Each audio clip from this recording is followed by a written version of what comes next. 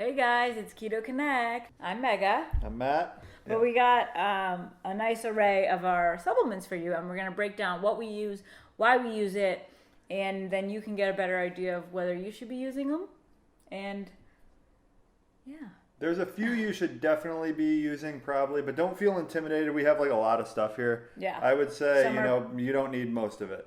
Some are personal preference. Yeah. So let's go through the big dogs first. All right. And what I would call the big dogs are sodium, potassium, magnesium. And those are the electrolyte supplements. Electrolytes. You're going to be low in electrolytes. So why is that, Matt? It's because your body carries less water when you're on a ketogenic diet, especially at first. Like when you're adapting, your body's like flushing everything out, all the water, and it takes the electrolytes with it. So that is actually why you get the flu at the start. And you can do a lot to limit the flu and make it not as bad if you're supplementing electrolytes. A lack of magnesium, potassium, and Sodium. A lack of those three supplements in your body can lead to fatigue and tiredness and headaches, and that's the flu like he was talking about. So that's why we supplement it, and we continue to do that throughout our entire keto life. I would say it becomes less important the longer you go. You're at risk for like a long-term deficiency in the electrolytes, but you don't feel the day-to-day, like I don't feel bad because I don't take sodium every day or something like that. Just the flu and then like the long-term potential. So what do we take for those?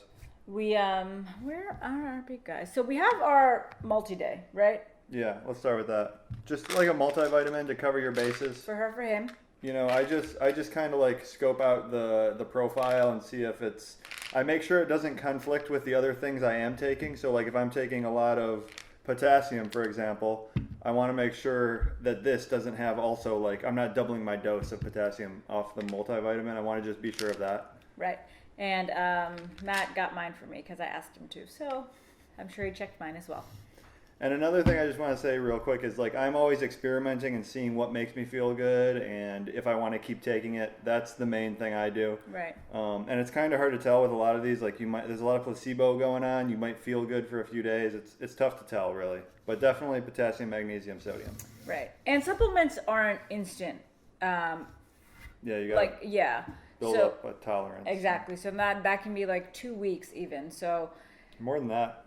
Even like to correct a vitamin D deficiency or something, it can be like a really long-term thing. Right, like I'm always on like a sodium bicarbonate because my carbon dioxide levels are very low. So it definitely depends on the vitamin, but they take a long time because they're also preventative. So don't just take it for a day because you're feeling lightheaded and assume it's going to be fixed. So that is our multivitamin. Then we got sodium. Now, other than just adding a bunch of salt to your food, which I try to do, you can take these, which is just like bouillon cubes, chicken bouillon, and I have a really hard time. I've been looking so hard. All of these have corn syrup in them to bind them together, so it kind of sucks. They make ones without them. I've just never been able to find them. So I take these anyway, even though they do have the corn syrup in them. There's 1 gram of carbs per cube, but it's 1,000 milligrams of sodium, so... A lot of people say you want to take like 5,000 milligrams of sodium a day on keto, which is a lot, but... A lot. Yeah, but... So standard is 2,400. Daily, like recommended daily value. Yeah. Potassium, just a 99 milligram potassium pill. I've just kind of started taking these. I drink a lot of like spinach smoothies, and we have a lot of vegetables, so I don't think I need these necessarily as much as a lot of people do, but I'm experimenting with these currently. I'll link all of the stuff below also, just for an Amazon link so you guys can kind of see what most of the stuff we get on Amazon. So what about this guy? What's that guy? Vitamin D. Oh, well, let's talk about the big dogs first. Okay. Oh, okay. This one. So magnesium is also another big dog, and this is actually really fun. Natural calm. We take 2 teaspoons of serving size. We usually go a little overboard. We mix it in our water before we go to bed. And it kind of like soothes us to sleep, and it's good flavor. This is one we just started taking maybe the last 2 weeks, and we really like it so far. Yeah. Just like to relax at night. Yeah. We even took it to Tennessee over Thanksgiving break, Thanksgiving holiday, and you packed it. I packed it and we put it to use. Yeah, I like this stuff. Definitely recommend. So it's 325 milligrams of magnesium per serving. Is that our big dogs? I think we got this Oh, too. yeah. So this is light salt. So it's salt mixed with potassium. It's 75% less sodium than your normal table salt.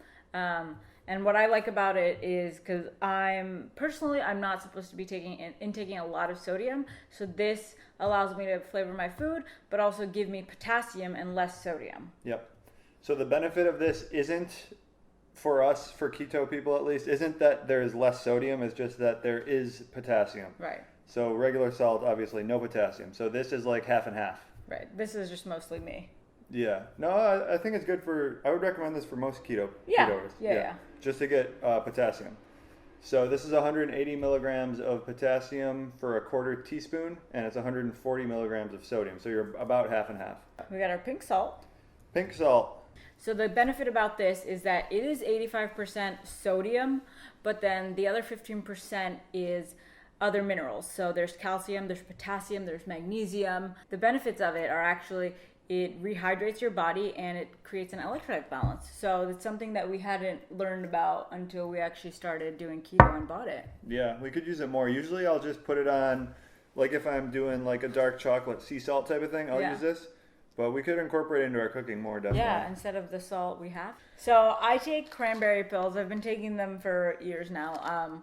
These are mostly just a preventative measure. So for women out there, I mean, this is not necessarily keto related, but it prevents UTIs. It's preventative. So if you get one, don't just pop these because that's not how it works at all. It's not a plan B. No, it's not. It's plan A. Fish oils. Fish oil is one of the few, like, if you look up there's a good website that has a list of like scientifically proven to work, and fish oil is one of like 5 or something. So this is definitely good. Just supplements healthy fats, and it helps get your omega-3, omega-6. Yeah. It helps get your omega-3 like ratio better, which is important on keto because you're getting such a high percentage of your nutrition from fats. So recommended. I take like 2,500 milligrams a day. I know people take like 10 of these a day. No. I take it a little bit easier on that, but you can pretty much go wild with these for the most part, I think. We have our Mios. Yeah, these kind of tie in together. Yeah. Powerade Zero, what are these? Gatorade, Mio. Just Mio. So some are just flavored, some have electrolytes. We usually get the ones with electrolytes. Yeah. And then Powerade is similar. So what I don't like about Powerade, but when I do drink it, I just water it down. It's very sweet because we're not used to the sweetness. So I usually do half water, half Powerade, and that's how I like it. Yeah, it has sucralose in it. But these just have a little bit of sodium, potassium, some electrolytes in them, which is good. And it makes it easier to drink water is why I like these. Yeah. I don't like drinking water. Vitamin D3. And I get the big dogs, 500 IU. They also sell 1,000 IU, which maybe you want to start with. But I think a recommended dose for someone who's vitamin D3 deficient is like 4,000 or so. And pretty much everyone is vitamin D deficient in the U.S., like 90% of Americans or something. I'm not sure how much these are helping. It's not really a thing you can track, I don't think. Well, you can if you get blood work. And those are our supplements, guys. So if you have any questions... I have one other additional. Okay. Another thing I've taken in the past and is also a supplement that's proven to work is creatine, which I stopped taking when I started keto just because it kind of like... it makes you hold more water. Right. Keto. When I started keto, I just wanted to get like the all natural course. Right. And I'm thinking about starting to take it again. Okay. And I'll let you guys know how that goes. But I haven't taken it since I've been on keto. But previous to that, I took it for years and years. Something I've done in the past, I've done fat burner supplements, specifically shreds. This is not a plug. And they're crazy, like jittery. It feels like you're taking in 1,000 milligrams of sodium. Does that have like ephedrine in it and stuff? What is in that? I don't know. I don't think it can. I don't think that's legal to do. But it feels something like that. So it definitely suppresses your appetite to a degree that I wouldn't suggest. Yeah, but eventually my body got used to it. So, you continue to take them and then you acclimate and then... Does it burn fat? Does it work? Is there science behind it? I felt like it worked great. like, you know, with suppressing, and I'm sure there's stuff in it. There has to be. It's a fat burner.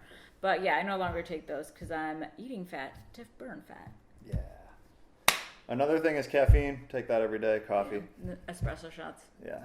So those are all our supplements. I would recommend you guys look into the electrolytes a little bit if you're not on that yet. Yeah. But everything else, you know, pretty optional. Supplements, for the most part, are...